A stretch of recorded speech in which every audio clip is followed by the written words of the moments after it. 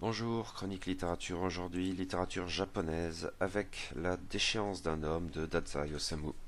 Donc le titre original japonais est Ningen Shikaku, même si cette édition présente, pour une raison que j'ignore, le titre anglais de l'ouvrage qui est No Longer Human. C'est traduit du japonais cependant par, non pas Georges Renando comme ce qui est écrit sur le bouquin, mais Gaston Renando, j'y reviendrai. Ça a été publié aux éditions Gallimard à l'origine dans la collection du monde entier, mais là dans la collection Connaissance de l'Orient. Le roman a été publié en 1948 au Japon, traduit en anglais, je crois, seulement en 1958, 1962 pour la traduction française, 1990 pour l'arrivée dans la collection Connaissance de l'Orient, et cette édition que j'ai consultée précisément date de 2015. C'est assez court, ça fait 180 pages très aérées. Alors, attention, il me faut sans doute introduire cette chronique par un avertissement. Le sujet même de cet article m'incitera probablement à y glisser des éléments très personnels et douloureux en rapport avec la dépression, si je vais tâcher de me restreindre autant que possible à cet égard. Mais nous parlons d'un roman du mois où l'auteur, peut-être le plus brillant représentant de ce courant littéraire japonais du XXe siècle, s'expose en vérité à chaque paragraphe. Pour un lecteur tel que votre serviteur, cela produit immanquablement un très fort sentiment d'identification qui incite probablement à faire de même. D'aucuns qualifieront cette tendance, sinon chez l'auteur, du moins chez moi, de complaisance ou de narcissisme, et c'est peut-être bien le cas. D'où cet avertissement. Je reviens donc à Dazai Osamu, un des plus grands écrivains japonais du XXe siècle, avec ce qui est parfois considéré comme son œuvre la plus importante, La déchéance d'un homme selon son titre français, Ningen Shikaku en japonais, ou encore, puisque c'est étrangement le titre original que mentionne cette édition chez Gallimard, en anglais, No Longer Human. Ce n'est pas la seule bizarrerie de ce livre, à vrai dire, puisque s'il a été bel et bien traduit du japonais, par Georges Redondo, nous dit-on, mais il s'agit en fait de Gaston Redondo, le général G. Redondo, dont le prénom caché sous l'initiale a été souvent écorché, et dont j'avais déjà lu plusieurs traductions, mais de littérature classique, essentiellement de poésie. Je vous renvoie à son anthologie de la poésie japonaise classique, ainsi qu'au conte d'Issée, mais aussi éventuellement de théâtre et notamment de théâtre d'eau. La déchéance d'un homme tranche dans cette bibliographie car il s'agit d'un roman contemporain, initialement publié en feuilleton en 1948, l'année même en fait de la mort de son auteur. Je ne vais pas rapporter dans le détail la vie de l'auteur, ce que j'avais déjà fait en chroniquant sa fameuse nouvelle de peu antérieure, La femme de Villon. Mais en connaître au moins quelques aperçus s'avère en fait particulièrement utile ici, car la déchéance d'un homme est peut-être, probablement même, l'expérience la plus poussée de Dazai dans le registre qu'il avait fait sien du Shishosetsu, ce courant littéraire qui met en avant le moi, l'expression à la première personne, et qui tend presque naturellement vers l'autobiographie ou du moins l'autofiction. Dans La déchéance d'un homme, Dazai use pourtant d'un petit artifice à ce propos, en encadrant le cœur de son roman d'une préface et d'un épilogue, également à la première personne, et le seul moment du livre où l'auteur emploie le pronom watashi ou moi, si son propre nom n'y figure pas. Décrivant tout d'abord 3 photographies d'un même homme, il y rapporte enfin comment il a reçu d'une tenancière de bar les carnets d'un ancien client, carnets dont le contenu autobiographique pourrait, à l'en croire, donner matière à un bon roman. Ces 3 carnets rapportent donc, et forcément à la première personne, la vie navrante d'un certain Yozo. Mais nous comprenons très vite que ce Yozo est en fait Dazai Osamu, car les éléments les plus cruciaux du récit correspondent à des événements bien réels de la vie de l'auteur. Son ascendance aristocratique avec un père parlementaire, ses études avortées, sa fréquentation de militants marxistes, sa vie de débauche d'abord en alcool et en prostituée, mais qui culminera avec une addiction à la morphine débouchant sur une hospitalisation en psychiatrie. Enfin et surtout, tout du long sous-jacent son tempérament dépressif et ses nombreuses tentatives de suicide. Maurice Pinguet évoquait le cas de l'auteur en long et en large dans son essai La mort volontaire au Japon. Tentative dont une se montra particulièrement traumatisante en forme de Shinju, double suicide amoureux, à la manière des tragédies bourgeoises de Chikamatsu, à ceci près qu'il est raté et de la pire des manières, lui survit mais pas sa compagne. Dès lors, la mise à distance censément opérée par la préface et l'épilogue en vérité ne trompe personne, c'est bien de lui-même que parle Dazai Osamu dans La déchéance d'un homme, ce qui confère à son roman des allures de cas clinique, disséquant les symptômes de la dépression et de la pulsion autodestructrice. Et c'est bien ce en quoi ce roman ne pouvait que me toucher rudement le cas échéant. Le point de départ pour Yozo se situe dans la petite enfance. Sa pathologie originellement prend source dans 2 traits associés, L'incapacité pour le petit garçon de comprendre le monde qui l'entoure, et tout particulièrement les gens qui l'entourent, d'abord dans sa propre famille, et, en guise de réaction qui est avant tout protection, son réflexe consistant à jouer un rôle, à porter un masque, et pas n'importe quel masque, celui du bouffon. La gêne sociale du garçon, sa balourdise qui en découle, lui valent assez tôt la réputation d'un imbécile auprès de ses parents même, et Yozo choisit donc de faire l'idiot, sciemment. Mieux vaut faire rire que susciter le mépris ou la pitié d'ailleurs. Et il se montre compétent dans ce procédé, il fait rire les membres de sa famille, il fait rire ses camarades à l'école, jusqu'au jour du moins où un de ces petits garçons comprend que Yozo fait exprès. Notre héros redoutait tout spécialement que cela se produise, car il est de manière générale obsédé par le jugement des autres, même quand il joue au bouffon. Il se rapproche de cet écolier perspicace, il devient son ami, son meilleur ami, peut-être même son seul ami, non pas par inclination personnelle, car il ne comprend pas les gens et ne parvient pas à y attacher beaucoup d'importance, sincèrement du moins, mais seulement pour protéger son secret. Yozo se sent depuis longtemps condamné, et d'autant plus qu'autour de lui, peut-être en partie parce qu'il leurre effectivement tout le monde avec son masque de bouffon, on tend plutôt à lui prédire un bel avenir. Son talent de guignol le rend étrangement populaire, il est beau garçon et plaira forcément aux femmes, il dessine bien et deviendra un grand peintre, mais Yozo n'y croit pas.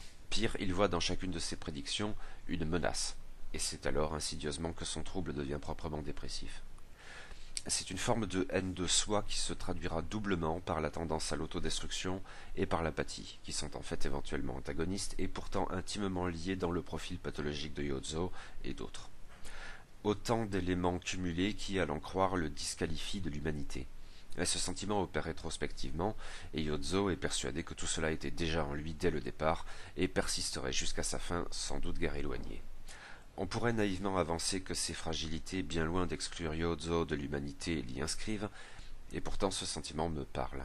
La conviction de sa monstruosité, l'autodénigrement perpétuel, l'obsession du jugement des autres qui vire en même temps au narcissisme, le syndrome de l'imposteur, la crainte panique aussi bien du succès que de l'échec, ou peu s'en faut, en tout cas le grossissement de l'échec, presque au stade de la complaisance, oui, et enfin, dans les moments les plus extrêmes, la conviction de ne même pas exister, quand des idées noires d'un autre ordre convainquent avec rudesse que l'on existe pourtant bien trop, tout cela est très habilement disséqué dans les réflexions de Yozo Dazai, et rend la lecture de la déchéance d'un homme parfois très éprouvante. Au plan le plus intime, je ressens bel et bien tout ça, ou l'ai ressenti. L'identification n'est forcément jamais exacte, les amours malheureuses, etc., mais elle est suffisamment forte pour que les phrases de Dazai Osamu frappent au cœur. Ce qui vaut également donc pour ses tendances à l'autodestruction et à l'apathie, cette dernière étant liée aussi à un manque d'empathie. En fait, je retiens plus particulièrement cette deuxième tendance, qui est à mes yeux le cœur de la pathologie et sur laquelle, à un certain intime, j'ai été amené à me poser beaucoup de questions ces derniers temps, notamment quant à son traitement. Dazai Osamu rend à merveille l'impossibilité d'accomplir quoi que ce soit et la distance qui s'insinue toujours dans le rapport aux autres, que ce soit dans la douleur ou au contraire pour s'en prémunir. Mais pour ce qui est de l'autodestruction, le cas de Dazai Osamu Yozo va bien plus loin, si je peux me reconnaître dans diverses formes de sabotage des opportunités, ou la tendance à se montrer excessivement dépensier, et l'auteur comme son personnage sont issus d'un milieu très riche qu'il parasite jusqu'au point de la misère, voire dans certaines addictions éventuellement, mais sur un mode très atténué de mon côté, au point où la comparaison a quelque chose de risible, le reste dépasse largement mon expérience. C'est le principal mode de discussion de l'autodestruction dans la déchéance d'un homme, mais il faut bien sûr y associer la question du suicide, de la part d'un auteur qui a multiplié les tentatives et les échecs, jusqu'à ce qu'enfin il parvienne à prendre sa vie dans un nouveau double suicide amoureux, très peu de temps après la publication de ce roman. Son cadavre, ironiquement, sera retrouvé le jour de son 39e anniversaire, le 19 juin 1948. En notant que Yozo dans le roman n'atteint pas cet âge, ses carnets en font un vieillard de 27 ans, il y a du portrait de Dorian Gray en lui davantage que de Dorian Gray lui-même. L'évocation du suicide est somme toute relativement discrète dans la déchéance d'un homme, mais elle saisit vigoureusement en plusieurs occasions, la plus terrible étant bien sûr le Shinju échouant de la pire des manières, où la compagne périt quand l'homme survit, et s'attire en conséquence l'inimitié de tous comme criminel. Mais le plus terrible et je crois le plus juste dans ces évocations de la mort volontaire est ce qui renvoie encore à l'apathie et au défaut d'empathie. La pulsion de mort y est représentée pour ce qu'elle est quelque chose de lancinant mais discret, pourtant de plus en plus obsédant, jusqu'à ce que l'impulsion, parfois sans événement déclencheur identifiable, décide absurdement du geste. Mais l'apathie intervient donc ici également, et quand Yozo ranimé constate son échec, il est plus indifférent qu'autre chose. Au fond, prendre sa vie n'avait pas tant d'importance. L'apathie l'emporte sur, par exemple, le remords, la tristesse ou la colère. Il ne reste que le vide, pas si différent de celui qui a précédé l'acte. Mais le geste apportant ses conséquences, essentiellement dans la relation aux autres, et le suicidant n'est pas disposé à bien le comprendre, car rien n'a d'importance à ce stade, pas même l'échec. Rien du moins ne saurait être envisagé qui pourrait arranger les choses. Et au fond, c'est sans doute parce que la relation aux autres a de toute façon toujours été problématique. La déchéance d'un homme est un court roman d'une lecture très éprouvante. Est-il pour autant complaisant? Je ne suis certes pas le mieux à même d'en juger, mais cette chronique appuie par la force des choses sur le ressenti dépressif et ce qui y est associé. Tout le roman ne réside cependant pas dans ses seuls aspects, et si Yozo soliloque plus qu'à son tour sur un mode éventuellement existentialiste qui le confronte sans cesse à l'absurde, la déchéance d'un homme convainc aussi par la justesse des portraits qu'il dresse, en peu de mots pourtant, et l'impact authentique des scènes, pas seulement les plus douloureuses d'ailleurs, et notamment dans la mesure où Yozo, se livrant sur le papier, se confessant même, a encore quelque chose de son masque de bouffon, et il est bien temps à ce propos que je lise Les Confessions d'un masque de Mishima Yukio, roman paru l'année suivante. On appréciera aussi à ce niveau de lecture la vague satire sociale, ou en tout cas la dimension critique à cet égard de l'exposé de Yozo. Dazai Osamu revient à sa manière sur un thème qui lui est cher, la dégradation de l'aristocratie nippone, au cœur notamment de son roman Soleil couchant, de peu antérieur, et qu'il me faudra lire bientôt. Et contraste entre le temps de l'écrit et le temps du récit, les incertitudes des Japonais au lendemain de la défaite de 1945 se devinent ici ou là. Cependant, dans le contexte historique de la narration, antérieure à la guerre, on est davantage porté à relever les ridicules d'un faux parlementarisme qui ne trompe personne, ou la subversion marxiste qui a quelque chose de ludique, et que l'on rejoint souvent à l'instar de Yozo et de Dazai Osamu lui-même, pas tant pour concrétiser des convictions sincères que pour s'accorder la vague excitation de l'interdit, en brisant au passage quelques contraintes et tabous, une raison de vivre qui en vaut bien une autre quand tout est absurde, et le bouffon sait comment tromper son monde au nom de la blague. Note au passage, un aspect de ce roman pourra peut-être hérisser les lecteurs contemporains, et c'est l'image des femmes, pas très positive, même s'il faut sans doute prendre en compte les biais de Yozo, sinon Dazai Osamu. Or, c'est ici tout particulièrement que l'apathie et plus encore le défaut d'empathie se font sentir. Le mot est faible car ils sont littéralement écrasants. Je ne ferai pas de La déchéance d'un homme un chef-d'œuvre, même si on l'a souvent présenté comme tel.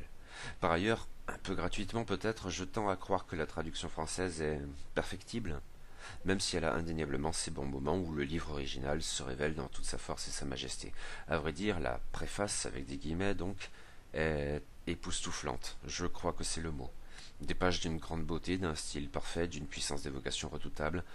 Mais je crois que me concernant cela a eu son revers, le roman en lui-même ne m'a que rarement paru retrouver ses sommets initiaux, probablement la scène du Shinju raté et ses suites immédiates, ainsi que l'hospitalisation d'un Yozo ravagé par son addiction à la morphine, deux moments cruciaux de la vie de Dazai Osamu, il est vrai. Le reste est bon sans être brillant, à mes yeux du moins. Mais La déchéance d'un homme, globalement, est bien une lecture marquante et terrible.